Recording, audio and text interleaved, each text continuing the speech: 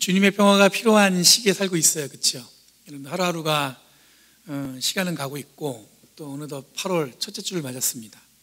여러분들 너무 긴 시간 집에서 보내고 어쩌면 또 이 쿼런틴이 좀 생각보다 길게 가면서 여러 가지 마음속에 생각이 있을 텐데, 시간은 가도 여러분들 하나님의 은혜와 사랑은 변함없이 우리와 함께 동행하신 줄 믿습니다.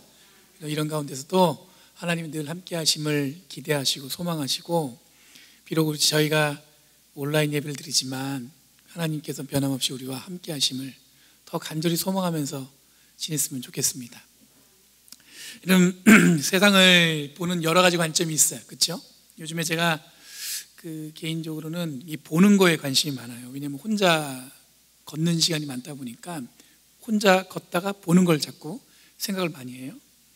근데 그 세상을 보는 관점 중에서 굉장히 오랫동안 이 세상을 지배했던 게 뭐냐면 흑백의 관점에서 보는 것. 그러니까 이분법적으로, 그러니까 이원론적으로, 이분법적으로 이렇게 세상을 보는 관점이었죠.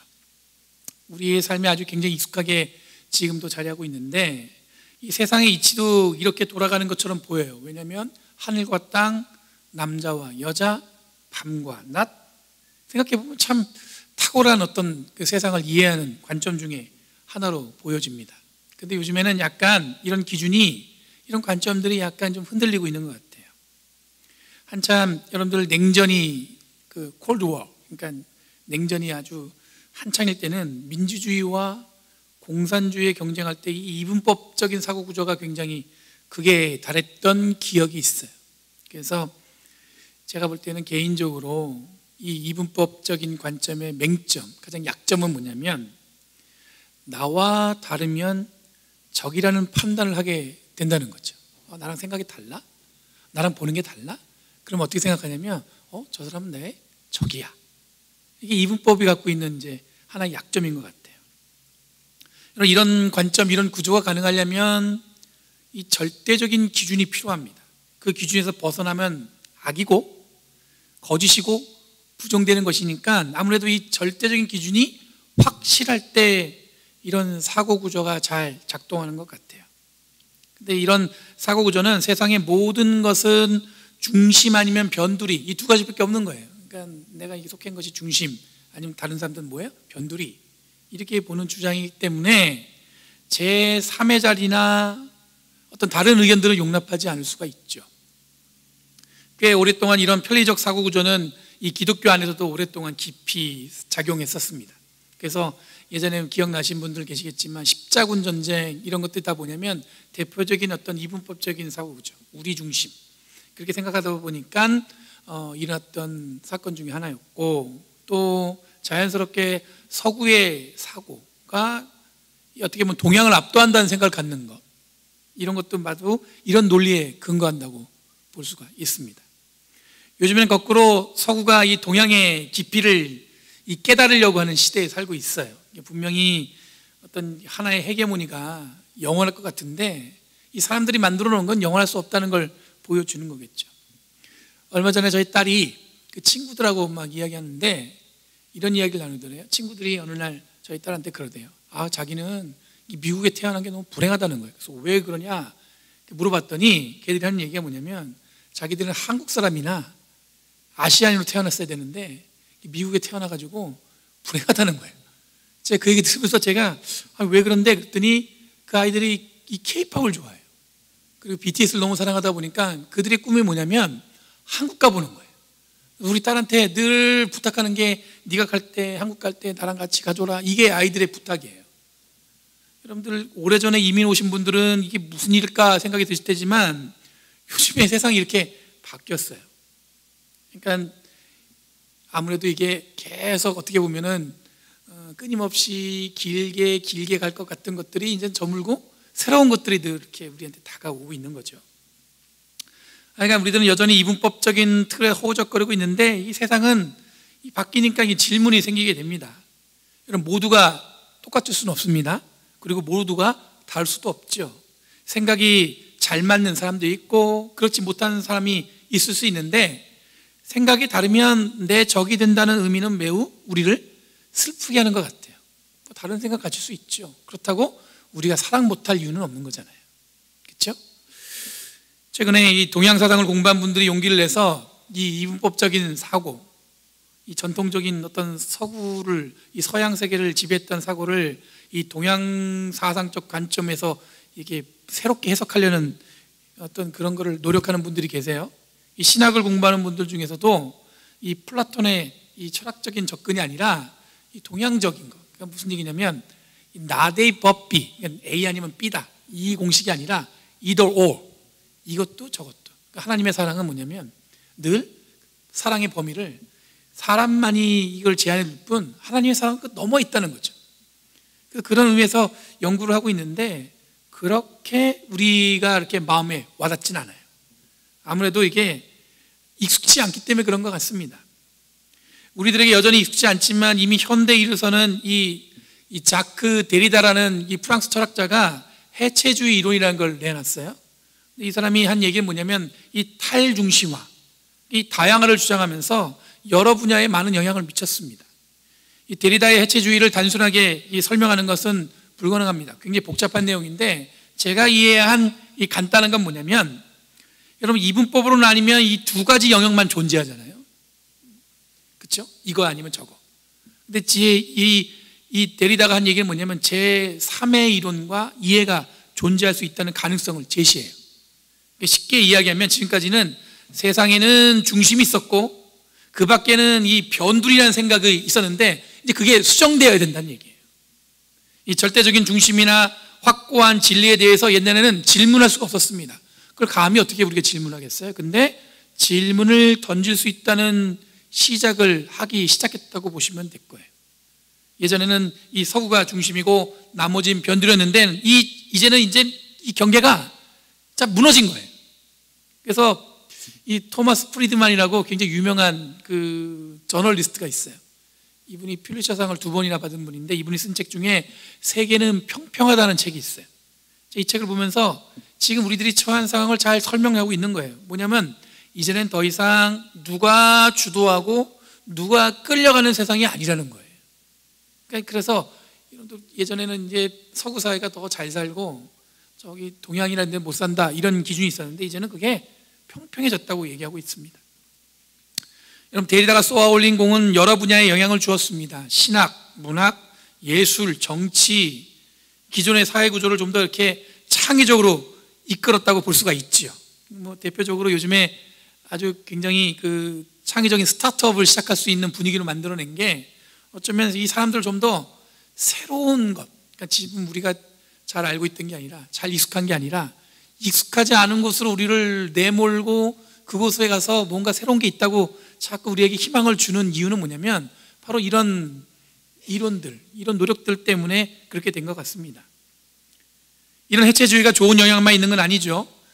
기존의 전통적인 삶에 익숙하고 그것을 위해 노력한 사람들에게는 쉽게 말해서 이 기존의 삶의 뿌리를 흔드는 것이라고 불안해할 수 있습니다. 그런데 우리들이 착각하는 건 뭐냐면 이 해체주의라는 게 이 데리다라는 사람이 주장해갖고 이런 일이 세상에 벌어진 게 아니라 그냥 이분은 세상을 꼼꼼히 들여다보니까 이런 해석이 나오더란 얘기예요. 개인적인 창조물이 아니고 이 세상이 이렇게 변한 거를 이분은 이걸 잘 캐치했다고 볼 수가 있습니다.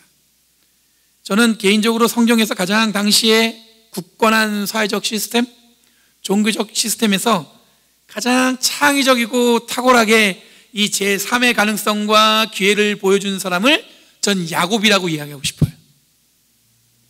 오늘 읽은 본문에서 우리들이 다시 야곱을 보는 이유는 바로 여기에 있습니다.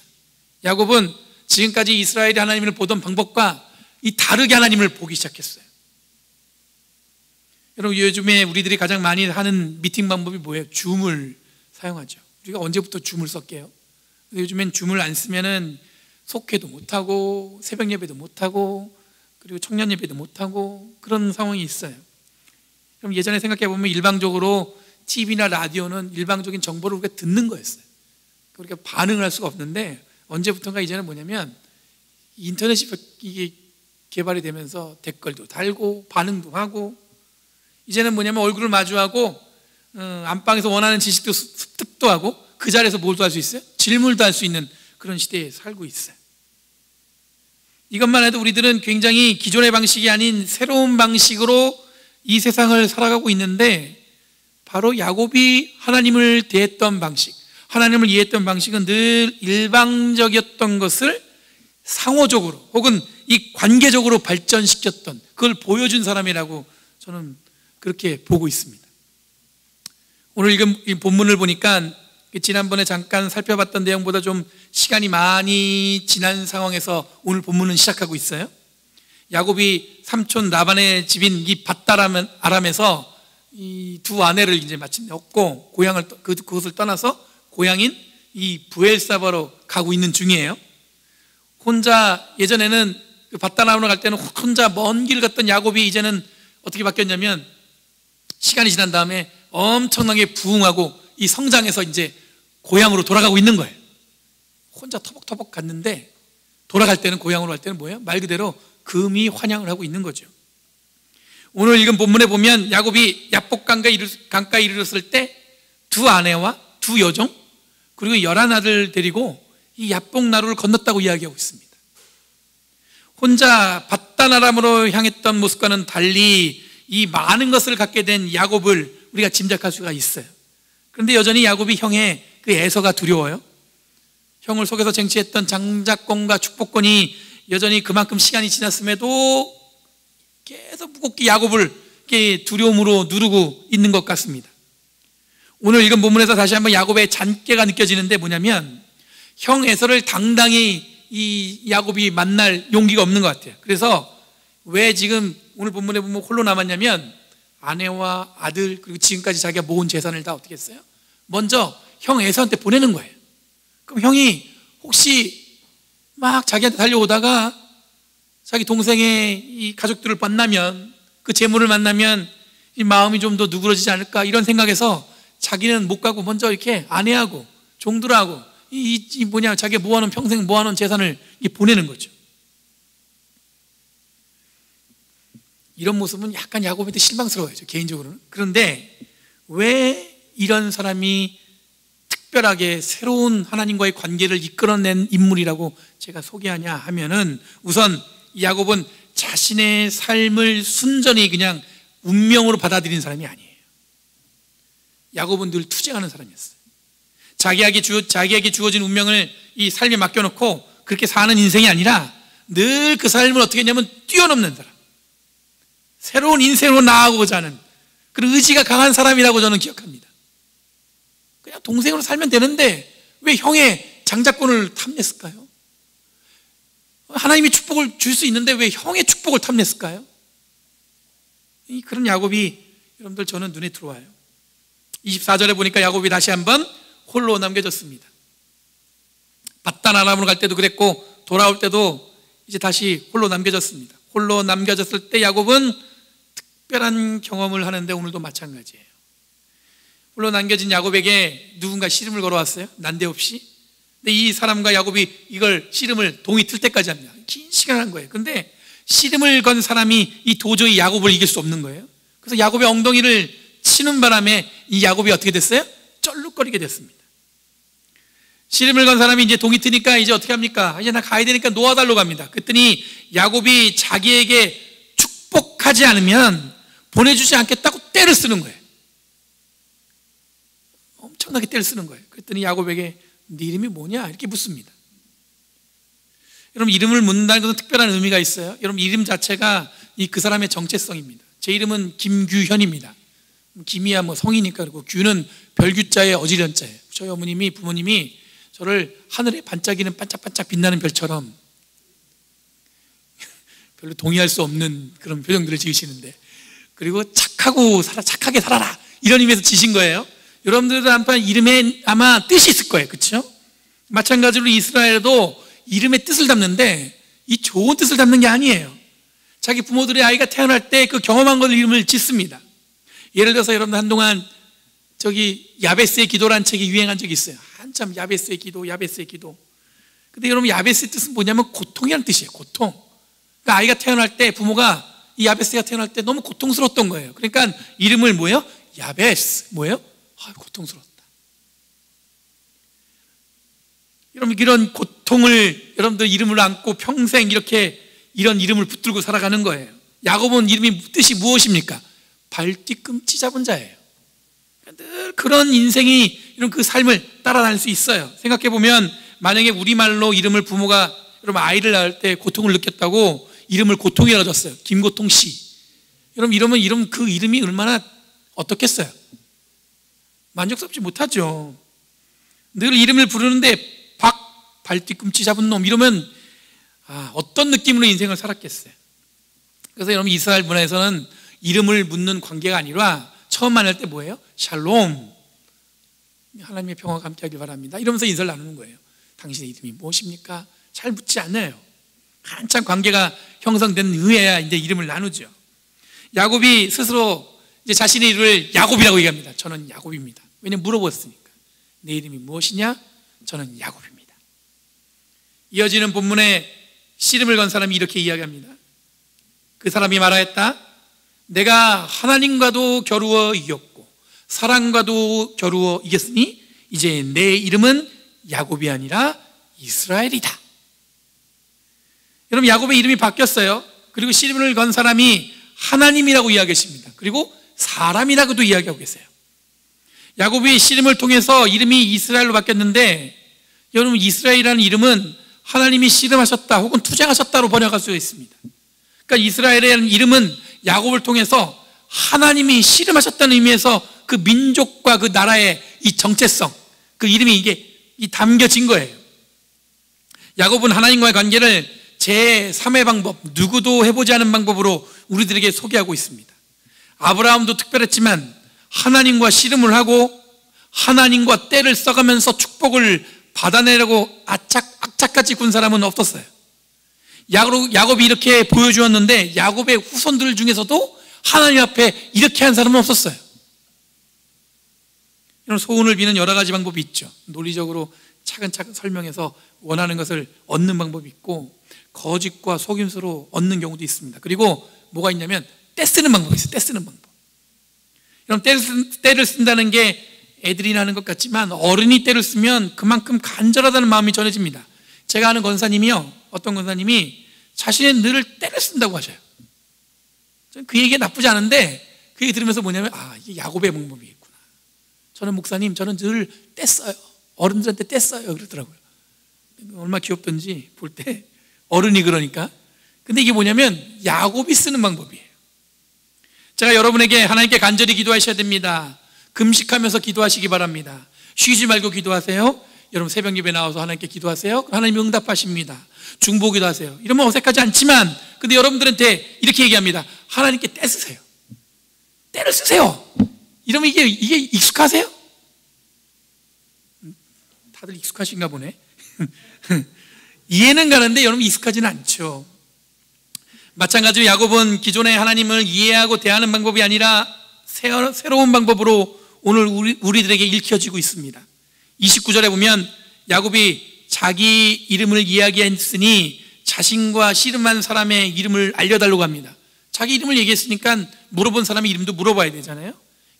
이게 당연한 그 관계예요. 이게 어떻게 보면 자기 이름을 얘기하기 힘든데 그 정도 관계가 형성됐다는 거예요. 그런데 그 이름을 가르쳐주지 않고 그분이 야곱에게 축복을 합니다. 축복을 받은 다음에 30절 말씀에 야곱이 이렇게 고백해요. 축복을 받았더니 야곱이 내가 하나님의 얼굴을 직접 뵙고도 목숨이 이렇게 붙어 있구나 하면서 그곳의 이름을 브니엘이라 하였다. 여러분, 축복받은 야곱이 떼쓰면서 축복을 받았어요. 근데 자기와 씨름한 사람이 그 축복이 뭐냐면 하나님이라는 사실을 깨달은 거예요. 이게 지금 야곱이 받은 축복이에요. 야곱이 고백한 것처럼 하나님의 얼굴을 뵙는 것은 죽는 것과 같습니다. 목숨을 유지할 수가 없어요. 여러분, 원래 하나님이라는 이름도 감히 부를 수 있는 이름이 아니었어요. 그렇기 때문에 이게 하나님은 여러분들 하나님을 부르는 대명사예요. 진짜 이름이 아니에요. 그래서 여러분, 구약 성경에 보면 하나님의 이름을 여호와, 야훼, 엘로힘 이렇게 부르잖아요. 그걸 여러분들 우리가 성경으로 번역할 때 Lord, The Lord 이렇게 부르잖아요. 이게 뭐냐면 대명사예요. 하나님이라는 이름을 감히 인간이 부를 수 없기 때문에 그 대명사의 이름을 부르는 거예요. 근데 감히 인간의 말로 이름을 붙일 수 없다는 얘기예요. 그런데 이런 하나님과 야곱은 어떻게 했어요? 씨름했어요. 그리고 떼썼어요. 그리고 뭐 했어요? 얼굴을 봤어요. 떼를 써가면서 축복해달라고 매달렸습니다. 보통은 이런 불경은 심판받고 야곱이 이야기한 것처럼 이 살아남지 못할 텐데 야곱은 어떻게 됐습니까? 축복받았다는 얘기예요. 그리고 그 축복하신 분이 바로 하나님이시구나. 내가 씨름한 분이, 이 자기의 엉덩이 뼈를 내친 사람이, 자기가 씨름으로 이긴 사람이, 자기에게 이름을 물어본 사람이 축복을 달라고 떼쓰는 상대가 바로 하나님이라는 사실을 지금 야곱이 깨닫게 된 거예요. 이게 바로 축복이라는 거죠. 이분이 바로 하나님이시구나.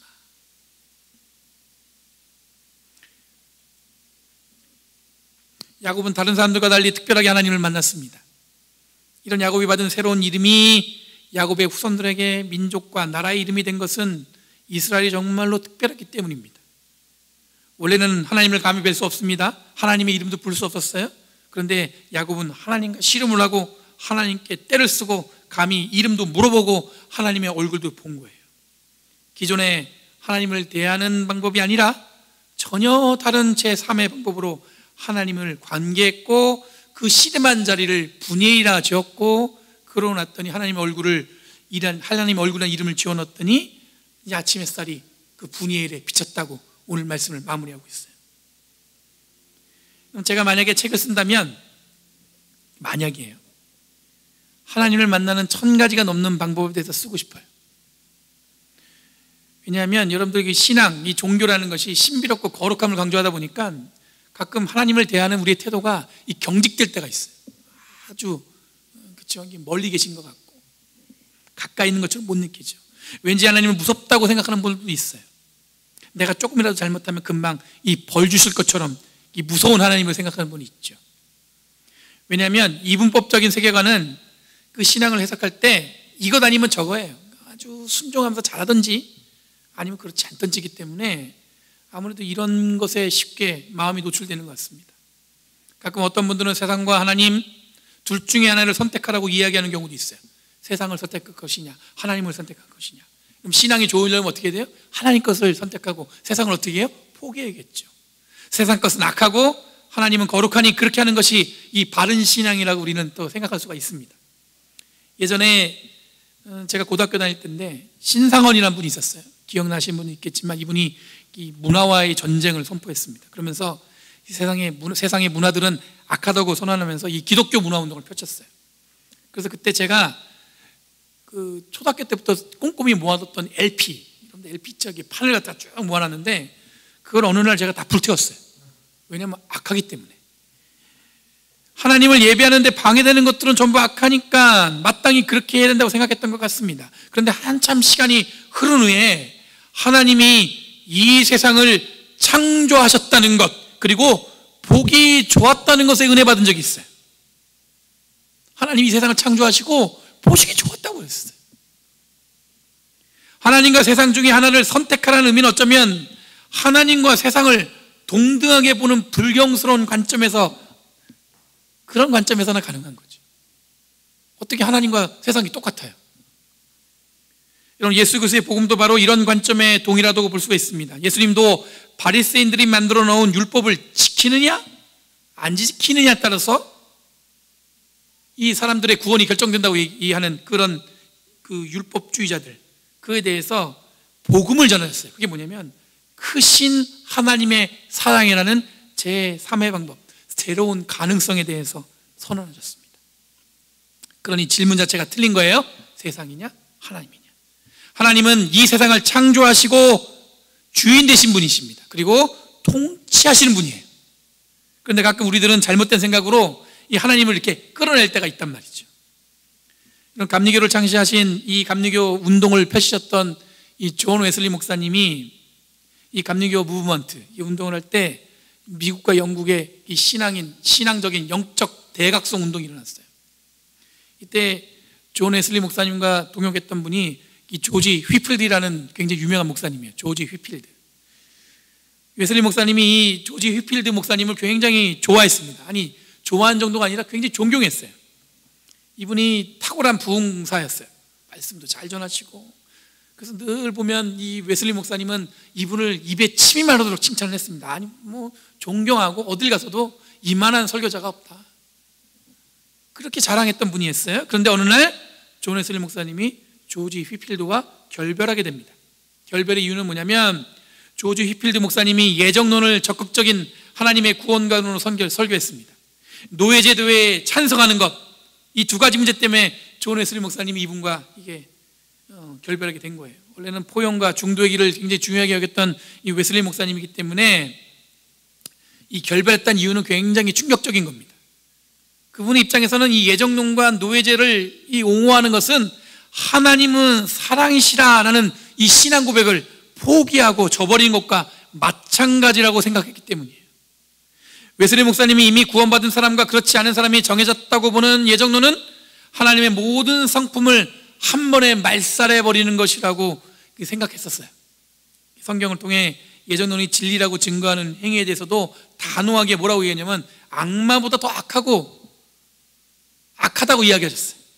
이에 덧붙여 노예제도를 옹호하는 것은 하나님의 자비와 사랑을 값없이 주시는 은혜와 조건 없는 하나님의 사랑을 부정하는 것이라고 여겼습니다.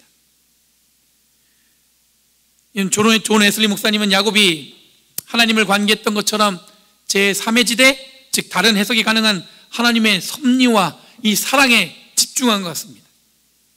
아까 처음에 말씀드렸던 해체주의라는 것이 절대적인 진리가 이제는 존재하지 않는다는 것하고 이야기하면서 특히 이 기독교 진리를 위협하는 걸로 들릴 수 있어요. 근데 저는 이들이 보여준 용기 있는 행위가 우리들이 만나는 하나님을, 우리들이 고백하는 하나님을 더욱 새롭게 강력하게 고백하고 우리들의 삶에 역사하시는 하나님의 다양한 모습을 기대할 수 있다고 저는 생각해요. 지금 우리가 살고 있는 시대가, 우리가 어떻게 보면 이게 정의할 수 없는 시대잖아요. 무정의. 왜냐하면 모든 게 새롭게 쓰여져야 되는 거예요. 뭐든지 다. 그런데 사람들은 이런 세상이 바뀐 환경 때문에 우리의 삶이 불안할 수 있죠. 저도 그렇게 느껴집니다. 어떻게 그런 마음이 안 생기겠어요. 그런데 하나님은 변함없이 그 안에서 역사하시고 함께 하신다는 사실을 선택하는 게, 그게 바로 우리가 기대하고 소망하는 제3의 지대가 될 수 있죠.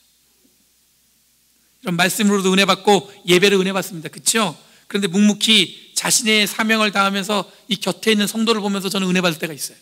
어떤 분은 교회 문을 들었을 때 환하게 웃어준 어느 집사님의 아이가 그 얼굴을 볼 때마다 은혜를 받는다고 그래요. 어떤 분은 교회 올 때마다 맛있게 밥을 져주는 그 밥 때문에 은혜 받습니다. 어떤 분은 그렇게 미웠던 분을 사랑하고 이해하면서 예수님을, 그 사랑을 마음속 깊이 깨닫게 됐다는 거예요. 여러분, 우리에게 주시는 은혜의 통로는 이렇게 다양해요. 하나로 규정할 수 없습니다. 이 공부나 입시가 달라서 이 비법이라는 게 없어요. 여러분들, 제가 은혜 받는 비법 가르쳐 드릴게요. 이런 게 없단 말이에요. 무슨 얘기냐면 하나님이 각자에게 주시는 은혜의 방법은 다르거든요. 야곱이 하나님과 씨름해서 축복받았습니다. 이보다 황당한 은혜 경험이 어디 있어요? 야곱은 씨름도 하면서 은혜도 받았네, 하나님과. 여러분, 그래서 이 코로나 바이러스라는 어쩌면 이 막막한 상황에서 우리들은 하나님이 전혀 예상치 못하게 하실, 전혀 우리가 예상치 못하면서 주시는 은혜를 사모할 수밖에 없어요. 예배당에서 예배드린 지 오래되었습니다. 그렇죠? 성도들 얼굴 본 지도 오래되었어요. 함께 얼굴 보고 밥을 나눈 적도 오래되었어요. 이 목사는 어떤 마음이 들겠습니까? 제가 여기 또 오래 다녔나요? 온 지도 얼마 안 됐고. 그냥 복잡한 생각이 듭니다. 대부분 이럴 때 상황이 나쁘던지 아니면 좋던지 이렇게 선택할지 모르겠어요. 그런데 여기서 우리들은 이 모든 어려움을 관통하고 변함없이 함께 하시는 하나님의 은혜를 사모하는 것. 이때도 야곱처럼 하나님께 때를 쓰고 이제보다 더 큰 은혜와 사랑과 헌신으로 봉사하는 것이 바른 선택이라고 저는 믿습니다. 여러분, 하나님은 위대하세요. 쪼잔하지 않으십니다. 내 생각, 내 마음으로 감히 측정할 수 없는 전능하신 분이 하나님이세요. 세상이 아무리 대단한들 하나님과 감히 어쩔 수 없습니다. 만약 세상을 두려워하면 내 마음이 좁아서 그런 것이지 하나님은 절대로 문제가 되지 않습니다. 그러니 하나님이 주시는 은혜와 자유를 누리시고 이 어렵다고 하는 이 세상 이 순간에도 승리하며 이 시간을 보내시는 저와 여러분들 되길 간절히 바랍니다. 하나님 지금 함께 하십니다. 기도하겠습니다. 거룩하신 주님 감사합니다. 오늘 야곱이 우리에게 보여주신 그 놀라운 방법을 통해 하나님을 만났고 하나님께 때를 쓰며 축복을 간구했던 그 모습을 우리가 경험하게 됩니다. 주님, 우리에게 주어진 이 상황에서도 하나님, 우리가 지금까지 정해놓고 익숙했던 것에만 마음에 놓이지 않고 비록 익숙하지 않았지만 새롭게 하나님 주시는 은혜를 경험하게 하여 주시옵고 그저 하나님이 나와 함께 하심으로도 말할 수 없는 은혜와 감격이 있음을 고백하는 저희를 되도록 이끌어 주시옵소서. 오늘도 이 시간 변함없이 함께 하셔서 우리의 마음을 움켜주셔서 내가 너와 함께 있다 말씀하시는 주님의 음성을 듣고 살아가는 저희를 되도록 인도하여 주시옵소서. 감사드리며 예수님의 이름으로 간절히 기도리옵나이다. 아멘.